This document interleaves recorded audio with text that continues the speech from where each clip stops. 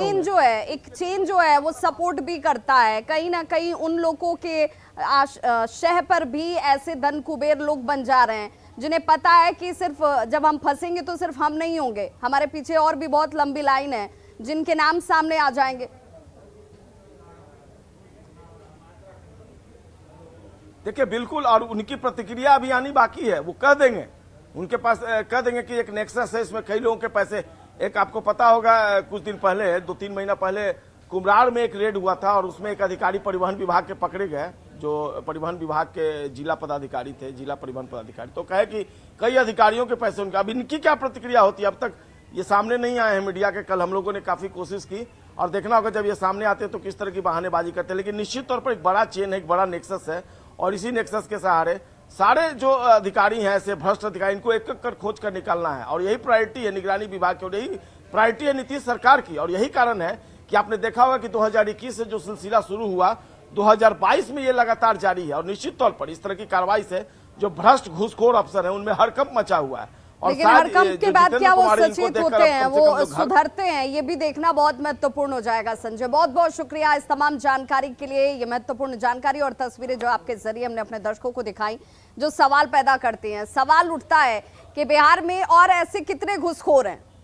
जो घुसखोरी की बदौलत धन कुबेर बनकर बैठे हुए हैं। पिछले 6 महीनों में निगरानी विभाग ने 18 धन कुबेरों के ठिकानों पर छापा मारा है।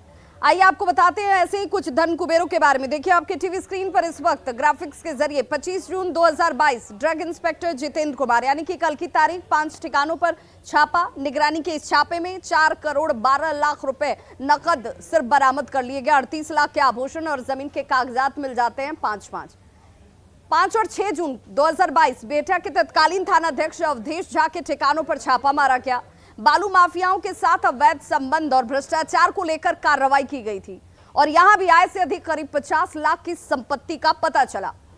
4 जून 2022 की बात करें तो कटिहार के रजिस्ट्रार जय कुमार, जिन्हें कोई भूला नहीं है, ठिकानों पर इनके भी निगरानी की तरफ से रेड डाला गया। 6 लाख रुपए नकद मिलते हैं, 12 बैंक खाते मिलते हैं, फिक्स डिपॉजिट के दस्तावेज बरामद किए जाते हैं। 27 अप्रैल 2022 औरंगाबाद के तत्कालीन अंचलाधिकारी वसंत कुमार राय, इनके भी ठिकानों पर छापा मारा गया। आय से अधिक करीब 57 लाख की संपत्ति का पता चलता है। निवेश के कई कागजात सामने आ जाते हैं। 27 अप्रैल 2022 अजीमाबाद भोजपुर के तत्कालीन थानाध्यक्ष कृपा शंकर शाह, इनके ठिकानों पर जब छापा मारा गया तो आय से 56 लाख से अधिक की संपत्ति का पता चला। 11 अप्रैल 2022 सहायक कारा महानिरीक्षक रूपक कुमार के ठिकानों पर छापेमारी की गई थी। कार्यालय में तकरीबन 5 लाख से ज्यादा नकद बरामद किया गया। आशियाना में 3 करोड़ का मकान मिल जाता है। रूपक कुमार के मकान से 67 लाख रुपए के आभूषण बरामद किए गए। खुद और पत्नी के नाम पर 10 बैंक अकाउंट और जमीन के 10 सेल डीड भी सामने आ गए।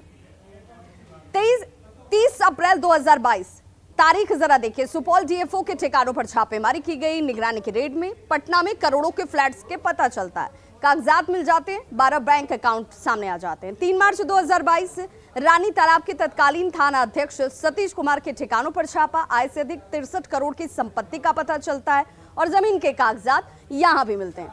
8 मार्च 2022 सहार भोजपुर के तत्कालीन थाना अध्यक्ष आनंद कुमार सिंह के ठिकानों पर ताबड़तोड़ छापेमारी।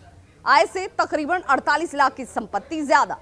8 मार्च 2022 को औरंगाबाद जिला कार्यालय कल्याण के लिपिक अमरेश राम के ठिकानों पर छापा मारा गया और तकरीबन आय से 1 करोड़ 21 लाख की संपत्ति का पता चलता है। जमीन के 15 दस्तावेज, बैंक पासबुक, निवेश के कागजात सामने आ जाते हैं। 4 मार्च 2022 ये देखिए, वो तारीख दर तारीख आपके सामने, वो धन कुबेर समस्तीपुर के सहायक जिला खाद्य आपूर्ति पदाधिकारी नवीन कुमार के ठिकानों पर छापा। 10 गुना ज्यादा संपत्ति, आय से ज्यादा। बेगूसराय, कोलकाता में करोड़ों के अचल और चल संपत्ति का खुलासा हो जाता है। 3 मार्च 2022 की बात कर ले तो वहां पर भी एक के बाद एक आय से अधिक 63 करोड़ की संपत्ति सामने आ गई। 27 फरवरी 2022 वैशाली थाना अध्यक्ष संजय कुमार के ठिकानों पर छापा पड़ता है और ये वो फहरिस्त है जिसमें अभी जितेंद्र कुमार कल ही जुड़े हैं, जिन्होंने अकूत संपत्ति का अर्जन किया, धन कुबेर बनकर बैठे हुए थे। अब जांच के दायरे में भी और कार्रवाई भी जारी है। इस वक्त बड़ी खबर पटना से आ रही है। डिप्टी सीएम तारकिशोर प्रसाद के आवास के बाहर धरना दिया जा रहा है। डिप्टी सीएम है तारकिशोर प्रसाद और उनके आवास के बाहर ये धरना हो रहा है। दीघा नेपाली नगर जमीन के मामले को लेकर इस वक्त ये धरना प्रदर्शन किया जाता हुआ स्थानीय लोग धरना दे रहे हैं। दरअसल विवाद गर्म होने का मुख्य कारण ये है कि पटना सदर के सीओ का नोटिस मिला है इन लोगों को, जिसमें 20 एकड़ जमीन पर बने भवनों को तोड़ने का निर्देश दे दिया गया है। सीओ ने 3 सुनवाई के बाद अपने फैसले में कहा है कि नेपाली नगर की 20 एकड़ जमीन आवास बोर्ड ने अधिग्रहित की थी और इस पर बने मकानों को अवैध करार दे दिया गया है। अब उन मकानों को 1 सप्ताह के अंदर तोड़ा जाए और इसी को लेकर अब उप मुख्यमंत्री के आवास के बाहर स्थानीय लोग धरने पर बैठ गए। देखिए हमारी संवाददाता ऋतु रोहिणी की ये रिपोर्ट।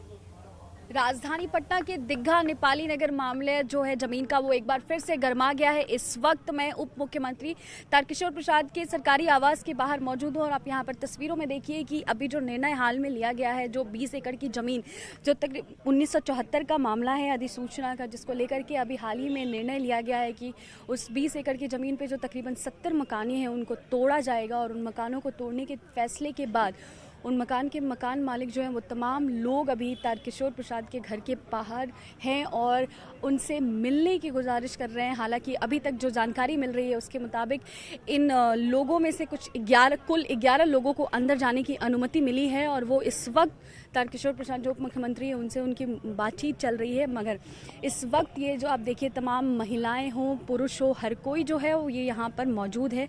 हम इन लोगों से बातचीत करते हैं और जानने की कोशिश करते हैं कि आखिर ये यहाँ पर क्यों मौजूद हैं। आप यहाँ पर बैठी हुई हैं इस तरीके से, क्या कहेंगी, क्या आपका पक्ष क्या है, आपकी क्या मांग है? पक्ष हमारा यही है कि हम लोग का अपना घर है, वो घर ये लोग लेना चाह रहे हैं। कुछ मतलब बिना अथी का घर तोड़ना चाह रहे हैं। क्यों तोड़ेंगे? हम लोग कहाँ जाएंगे? आवास बोर्ड ने उसको इलीगल घोषित कर दिया है। कुछ नहीं किया है। निर्णय तो यही आया है कि इलीगल गलत आया है, गलत निर्णय आया है। किस आधार पे कह रही हैं आपकी गलत है? गलत है क्योंकि हम लोग लिए हैं। हम लोग को यहाँ पर रहने के लिए पनाह दी हुई है। तब सरकार ही बोली कि आप रहिए। अगर हाउसिंग वाले को रहते हुए, थाना को रहते हुए हम लोग जमीन कैसे ले लिए? हम लोग वहाँ घर कैसे बना लिए? हम लोग को बिजली पानी कैसे कौन सुविधा दिया है? टोल टैक्स देती है निगम देते हैं, सारे टैक्स भर रहे हैं। ये सुविधा अगर सरकार सारी सरकारी सुविधा मिलने के बावजूद भी कैसे हम लोग नहीं रह सकते हैं? अगर अनलीगल है तो हम लोग को सरकारी सुविधा क्यों मिलती है? बिजली पानी सारा व्यवस्था कैसे मिलती है? सरकार को रहते हुए, हाउसिंग वाले को रहते हुए, थाना को रहते हुए हम लोग घर बनाए हैं। कैसे बन गया घर? वो लोग पैसा लिया है, बोला कि। और हमारी संवाददाता ऋतु रोहिणी हमारे साथ इस वक्त सीधे लाइव जुड़ गई हैं। ऋतु, एक तरफ अगर लोगों की परेशानी समझी जा सकती है क्योंकि घर बार छोड़कर अपने तमाम महत्वपूर्ण कार्यों को छोड़कर लोग अगर धरने पर आ जाएं, सड़कों पर आ जाएं तो उनकी परेशानी का अंदाजा लगाना मुश्किल नहीं। दूसरी तरफ हाउसिंग बोर्ड की तरफ से अब इस तरह से जब कार्रवाई की बात सामने आ रही है तो जिस वक्त निर्माण हो रहा था, जिस वक्त इन लोगों ने तमाम प्रक्रियाओं को पूरा करके घर का निर्माण किया था, उस वक्त क्या व्यवस्था जिसे देखनी चाहिए कि ये लीगल है या इलीगल है वो सो रही थी क्या?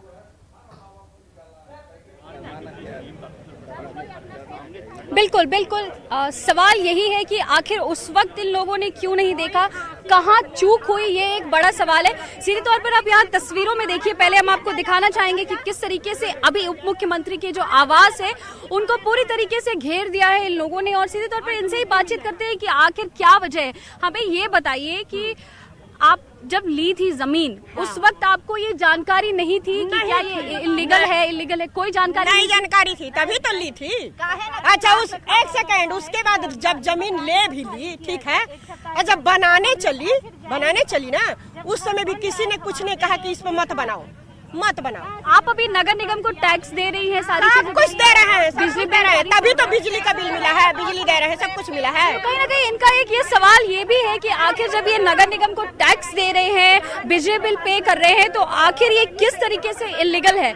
तो एक तौर पे अभी आपको हम एक बड़ी अपडेट दे तो उप मुख्यमंत्री ने इन लोगों से मिलने की जो इन लोगों ने टाइम मांगी थी उसको स्वीकार किया है और तकरीबन 11 लोगों को मिलने के लिए बुलाया भी है।